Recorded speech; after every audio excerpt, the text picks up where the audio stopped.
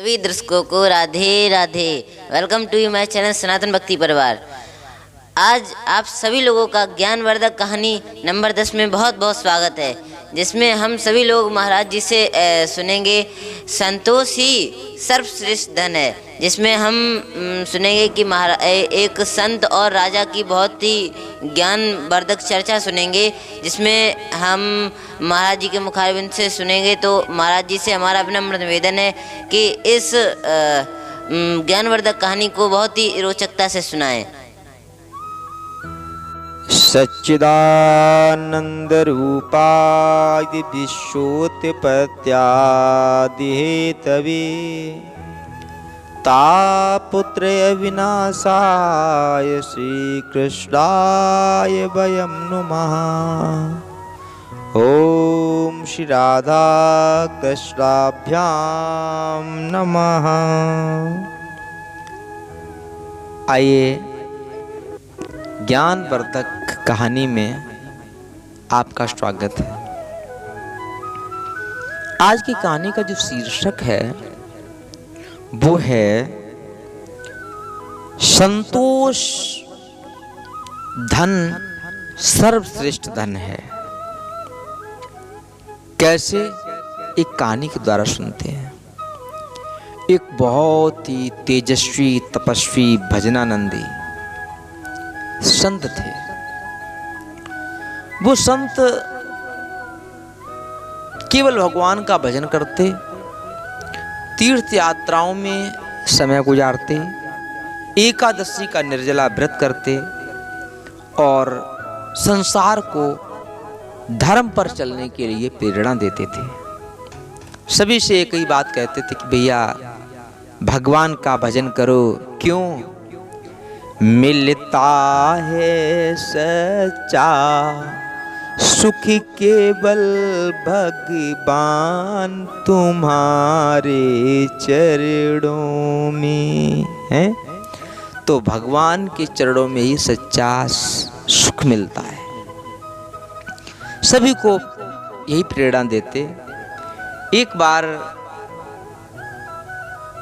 जब वो भ्रमण करते हैं तो अब संत है भाई, घर गृहस्थी में फंसे नहीं हैं, इसलिए घर गृहस्थी में फंसे नहीं हैं और केवल भ्रमण करते हैं। तो भिक्षा के रूप में केवल भोजन लेते थे, किसी से धन नहीं लेते थे। जैसे कि आपको पता है जो बहुत पहुँचे हुए संत महात्मा है, वो सिर्फ केवल उदर पोषण के लिए जो मिल जाए वो ग्रहण कर लेते थे। तो लेकिन एक बार हुआ क्या कि एक किसी विशेष भक्त ने उनको भोजन कराने के बाद में दक्षिणा के स्वरूप धन देना चाहा, तो उन्होंने मना कर दिया। लेकिन उन्होंने कहा, बोले महाराज ये जो मैं आपको दक्षिणा दे रहा हूँ, ये दक्षिणा भगवान का प्रसाद समझ करके आप ले लीजिएगा। हम देना चाहते हैं, रख लीजिए आप भगवान का प्रसाद। अच्छा बता दें आपको, भगवान का प्रसाद कभी भी त्याज्य नहीं हो सकता है, त्यागा नहीं जाता है, त्याज्य है ही नहीं। तो अब संत जी की मजबूरी थी, इसलिए उन्होंने उस को ले लिया। अब वो सोच रहे हैं कि ये, अब हाँ ध्यान से सुनना, वो जो दक्षिणा थी वो थी क्या? एक कौड़ी थी। कौड़ी मतलब ये बहुत प्राचीन बात है, कौड़ी। अब कौड़ी की कीमत क्या होगी? उस जमाने में रही होगी, लेकिन कोई बहुत अधिक कीमत नहीं हुआ करती थी। लेकिन वो इतने भजनानंदी संत थे, त्यागी संत थे कि उनको ये लगा ये भगवान का प्रसाद है, ये कौड़ी है, ये अगर हम इसको रखेंगे तो हमारा इसके प्रति ममता बढ़ेगी, फिर ये लगेगा कि और भी कौड़ी हो जाए तो मैं इसमें फंस जाऊंगा। तो ना हो, इस कौड़ी को हम किसी को, जैसे हमें दान में मिली वैसे हम भी किसी को दान में दे दें। इस भावना के साथ उन्होंने क्या किया, उस कौड़ी को देने की, किसी को दान में देने की तलाश की। अब उन्होंने सबको देखा, संसार में बहुत जहाँ भी जाते देखते हैं कि लोग कहीं ना कहीं थोड़ी बहुत संतुष्ट हुआ करते। उन्होंने सोचा कि हम ऐसे व्यक्ति को इस कौड़ी को देंगे जो सबसे बड़ा धन का लालची हो। तो ऐसी भावना रखते हुए उन्होंने अपनी झोली में वो कौड़ी रख ली कि हम किसी बहुत ही बड़े लालची व्यक्ति को देंगे।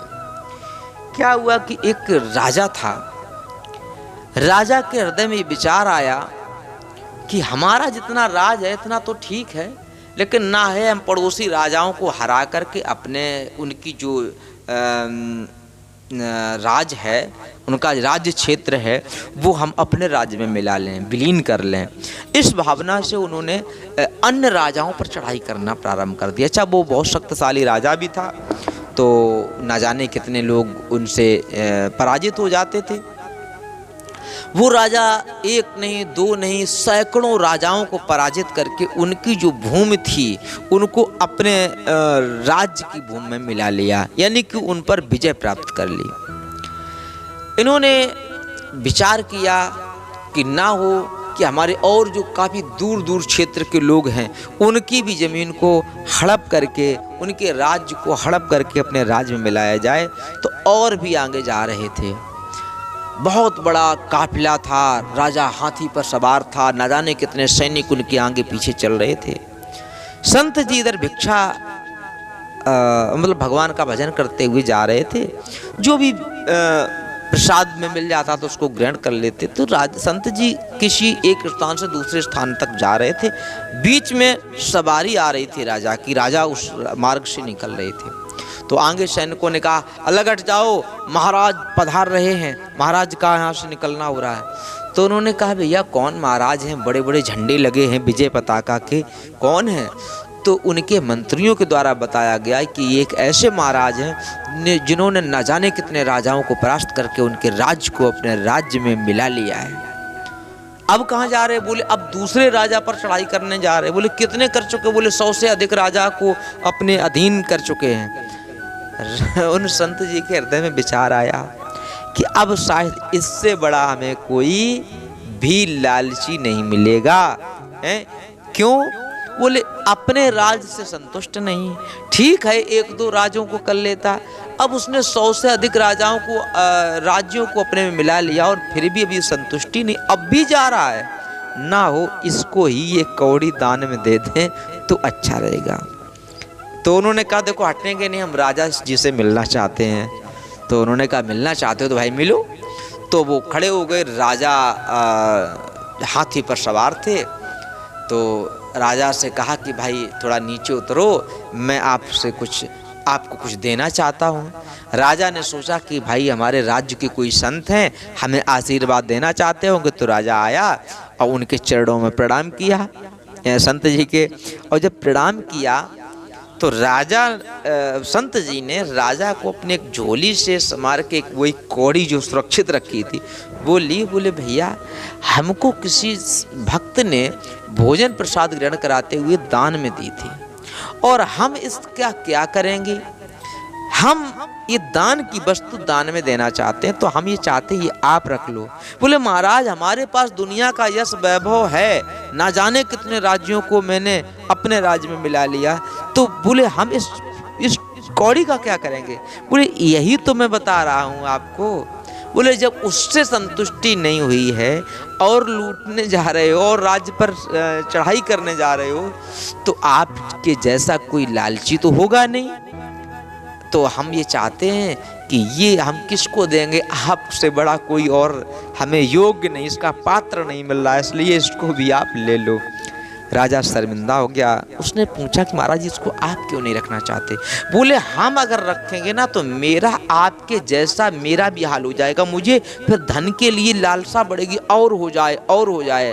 और हम संत जीवन, हमें जो सुख है, कहते हैं ना मन लागो मेरो यार फकीरी में, मन लागो मेरो यार फकीरी में, जो सुख मिलता राम भजन में, जो सुख मिलता राम भजन में, वो सुख नाए अमीरी में, मन लागो मेरो यारे फकीरी में मन लागो मेरो यार। कहने का मतलब मैं इसमें फंस जाऊंगा, माया मोह के जाल में फंस जाऊंगा, इसलिए आप ही ले जाओ। संत जी की इतनी दिव्य वाणी को सुनकर के उस राजा के हृदय में बहुत बड़ा ज्ञान का पुंज स्फुरित हो गया और वो संत जी के चरणों में गिर करके प्रणाम किया। बोले महाराज मुझसे बहुत बड़ा अपराध हो गया, मैं तो इस माया मोह के जाल में फंसता ही चला जा रहा था, जो भी मेरे द्वारा ये अपराध हुए हैं इनकी मुक्ति कैसे होगी महाराज बताएं, अब हम किसी पर चढ़ाई नहीं करेंगे। बोले कुछ नहीं, अपने राज्य को ही पालन पोषित करो, जो राजा के अधिकार हैं, जो राजा के नियम हैं उनके आधार पालन करो, इसमें ही तुम्हारा कल्याण है और भगवान का स्मरण करो। तो हमारे कहने का मतलब इस कहानी की जो शिक्षा है, मुख्य इसका जो निचोड़ है वो ये है कि संतोष धन ही सर्वश्रेष्ठ धन है, इससे बड़ा नहीं, जो है वही आप उसमें संतुष्ट रहो। भगवान राम ने शिवरी जी को नवदा भक्ति में 8वीं भक्ति बताई थी। आठम जथा लाभ संतोषा, सपने नहीं देखें पर दोषा। कहने का अभिप्राय कि जो है उसमें ही संतुष्ट रहो और सपने में भी पराये दोषों को मत देखो, यही 8वीं भक्ति है। ठीक है, फिर मिलते हैं एक नए वीडियो में, तब तक के लिए राधे राधे।